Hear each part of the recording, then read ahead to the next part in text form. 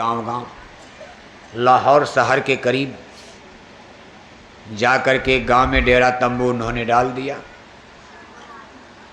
अब इस समय तो लाहौर देखो पाकिस्तान में बंटवारे में चला गया, लेकिन तब भारत में था।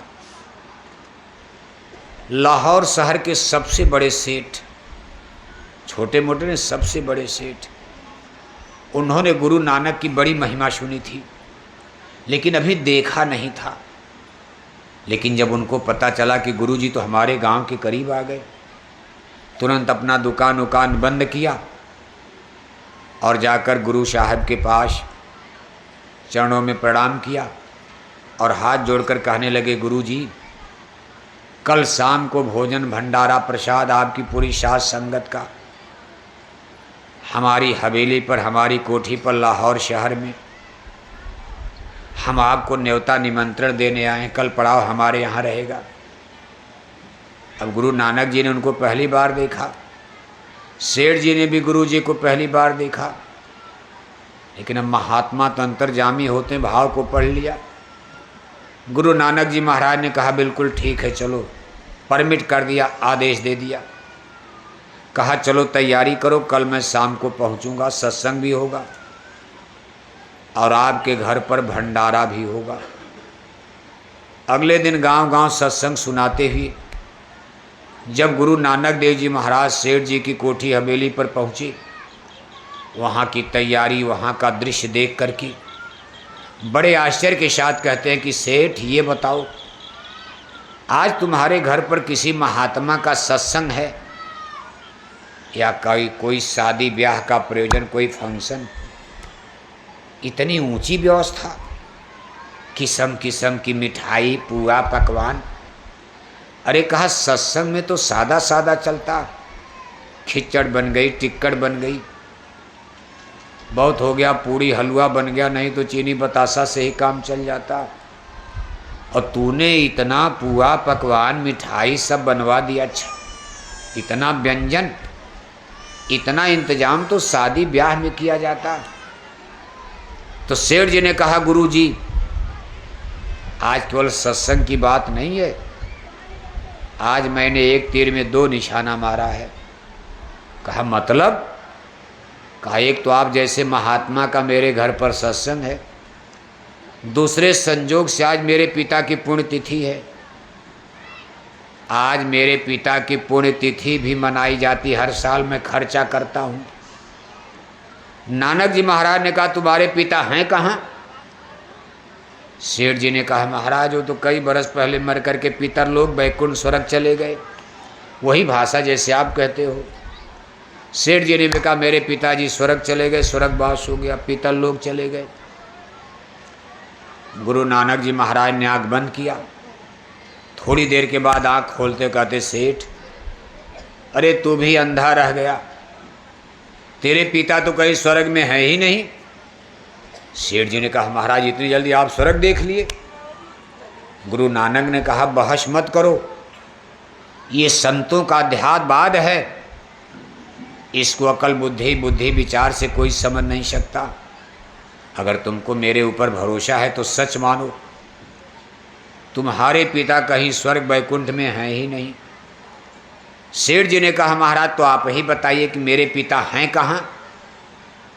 तो गुरु नानक ने फिर आंख बंद किया और थोड़ी देर के बाद आंख खोल कर कहते देखो सेठ, तुम्हारे पिता तुम्हारे ही गांव में लाहौर के जंगल में, ये जो सामने जंगल नजर आ रहा, इसी जंगल में तुम्हारे पिता शेर बन गए। क्या बन गए?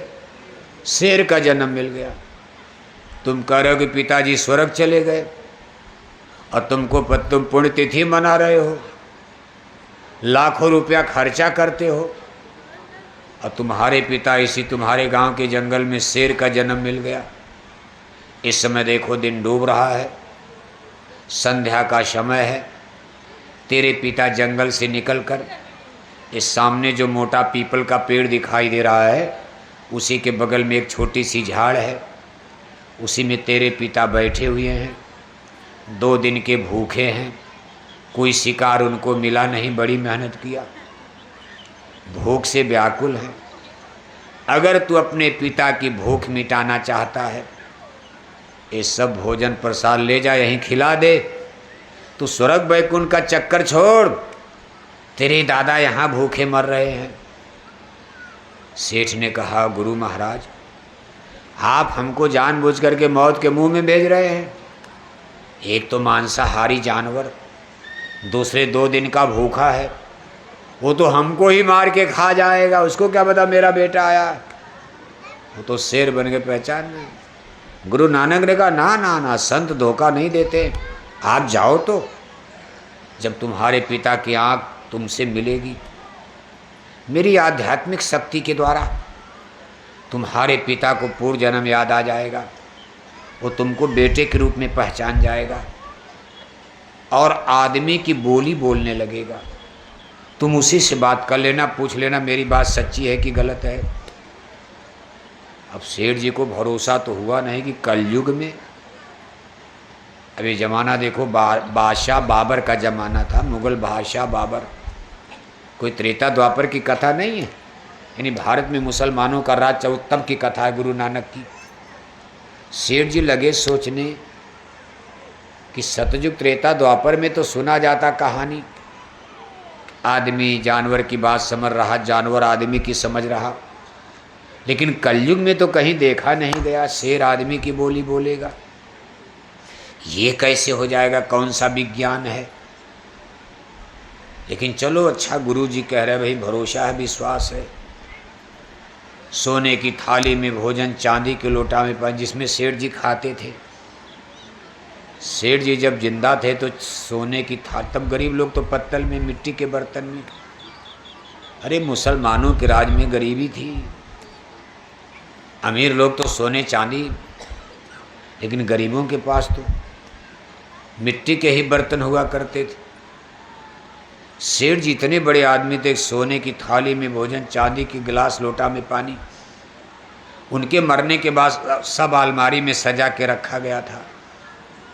आज जरूरत पड़ गई, सेठ जी ने वही थाली लोटा दादा का निकाला, सोने की थाली में भोजन, चांदी के लोटा में पानी लेकर, और डरते डरते जा भी रहे हैं, डर भी रहे हैं, शंका हो रही, अगर गुरु जी की बात गलत हो गई तो आज तो मेरी जान बचने वाली, शंका होती। जैसे गुरु महाराज के प्रति सत्संगियों के मन में भी शंका होती रहती, कभी कभी विश्वास हो जाता, कभी शंका हो जाती, कभी ऐसे उठा पटक होता।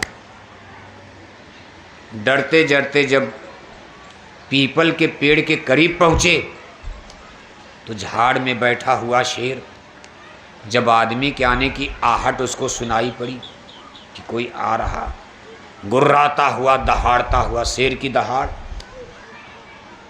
सुन करके सेठ जी डर के मारे जमीन पर बैठ गए, गिर गए। अरे कहा, आज तो मेरी जान गई, गुरु जी ने धोखा दे दिया। लेकिन जब शेर की आंख से आंख मिली तो जैसे कोई पालतू कुत्ता अपने मालिक के गोद में अपना सर रख करके पूंछ हिलाने लगता, ऐसे शेर बिल्कुल ठंडा होकर सेठ जी की गोद में अपना सर रख करके पूंछ हिलाने लगा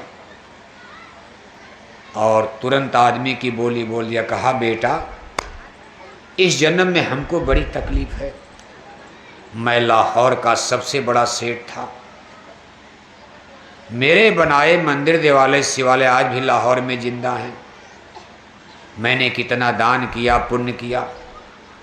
मैं पंजाब से चल करके हर की पौड़ी, हरिद्वार, गंगा मैया में साल में 2 बार पैदल पैदल नहाने, तब तो गाड़ी मोटर थी नहीं, मैं पैदल पैदल हरि पौड़ी जाता था, हरिद्वार। मेरा कितना मान था, सम्मान था, लेकिन बेटा इस जन्म में मुझको बड़ी तकलीफ है। शेर जी ने कहा, पिताजी आप शेर कैसे बन गए? हम तो सोच रहे थे कि आपका स्वर्गवास हो गया, स्वर्ग चले गए। हम तो आपकी हर साल पुण्यतिथि मनाते हैं, आपको भोजन पानी अर्पण करते हैं, और आप इसी जंगल में शेर बन करके भटक रहे। इतना धर्म कर्म पूजा पाठ करने के बाद आप जन्म के शाकाहारी भी रहे। यानी सेठ जी जन्म के शाकाहारी भी थे। उस जमाने में ज़्यादा लोग शाकाहारी होते थे। शाकाहारी जनता भारत में ज़्यादा थी। अभी 50-60 साल पहले देखो, आपके बदायूं में कितनी बड़ी अहिरानी है ना। वेस्टर्न यूपी, पश्चिमी उत्तर प्रदेश, इधर का जो इलाका है, सबसे बड़े अहिरानी बदायूं में ही मानी जाती है। इसलिए तमाम लोग दूसरे ज़िले से यहाँ वोट लड़ने चले आते हैं कि यहाँ से जीतना आसान रहेगा। बुलंदशहर से लड़ेंगे हार जाएंगे, बगल में मुरादाबाद से लड़ेंगे हार जाएंगे, लेकिन बदायूं में सुरक्षा रहती है। इसलिए दूर दूर से लोग आपके बदायूं में चुनाव लड़ने के लिए, बड़े बड़े लोग आए, तमाम लोग आए यहाँ।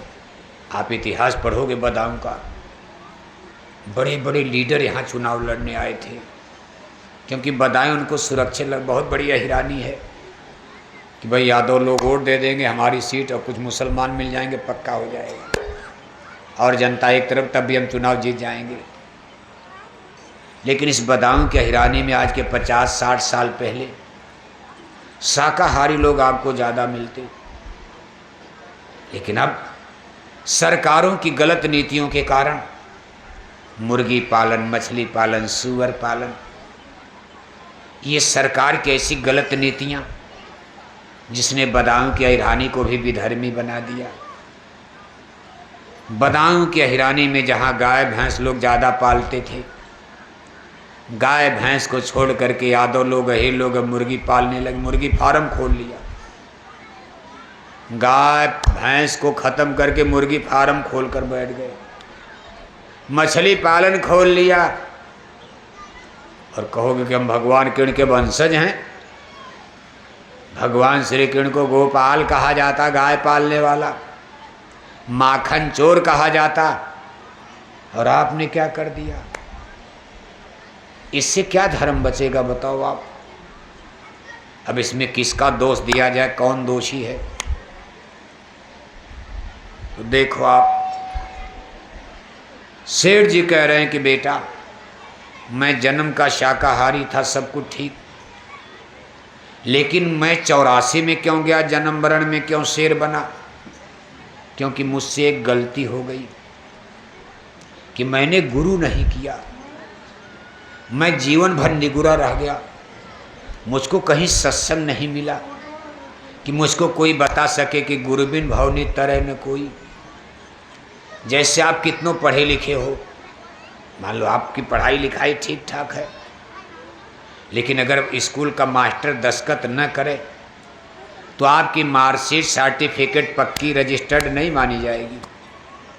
आपकी मार्कशीट, भाई आप कक्षा 10 पास कर गए, लेकिन माना कैसे जाएगा जब स्कूल के प्रिंसिपल की उस पर दस्तखत होगी। अगर स्कूल के प्रिंसिपल ने दस्तखत कर दिया, आप पढ़ने में अच्छे हो कि खराब हो, ज़्यादा तेज हो कि कम हो, लेकिन प्रिंसिपल की तो पक्का, आपकी मार्कशीट सर्टिफिकेट पक्की हो गई। ऐसे भगवान की अदालत में, कचहरी में आप कितनों पूजा पाठ, धर्म कर्म, दान पुण्य करो, लेकिन जब तक गुरु और सदगुरु संत इस मृत्यु लोक में किसी महापुरुष, स्पिरिचुअल पावर जब तक दस्तखत नहीं कर देंगे, तब तक भगवान के दरबार में आपकी पूजा पाठ, धर्म कर्म मंजूर होने वाला। बस इतना समझ लो आप। कहा गुरबिन माला फेरते, गुरबिन देते दान, गुरबिन दो निष्फल गए, कहत कबीर विचार। कहा गुरु किया नहीं, माला करने लगे राम राम सीता राम, राधे श्याम राधे श्याम। गुरु नहीं कि अपने मन से माला राम राम जपने लगे। गुरु किया नहीं, दान पुण्य करने लगे। गुरु किया नहीं, मंदिर देवालय शिवालय बनाने लगे। सब किया, कोई पाप नहीं किया, अच्छा किया, लेकिन चूंकि गुरु नहीं किया इसलिए उनके भाग्य पर किसी गुरु की दस्तखत नहीं, मर गए। और जब भगवान की अदालत में गए तो उनके सारे पूजा पाठ, धर्म कर्म को खारिज कर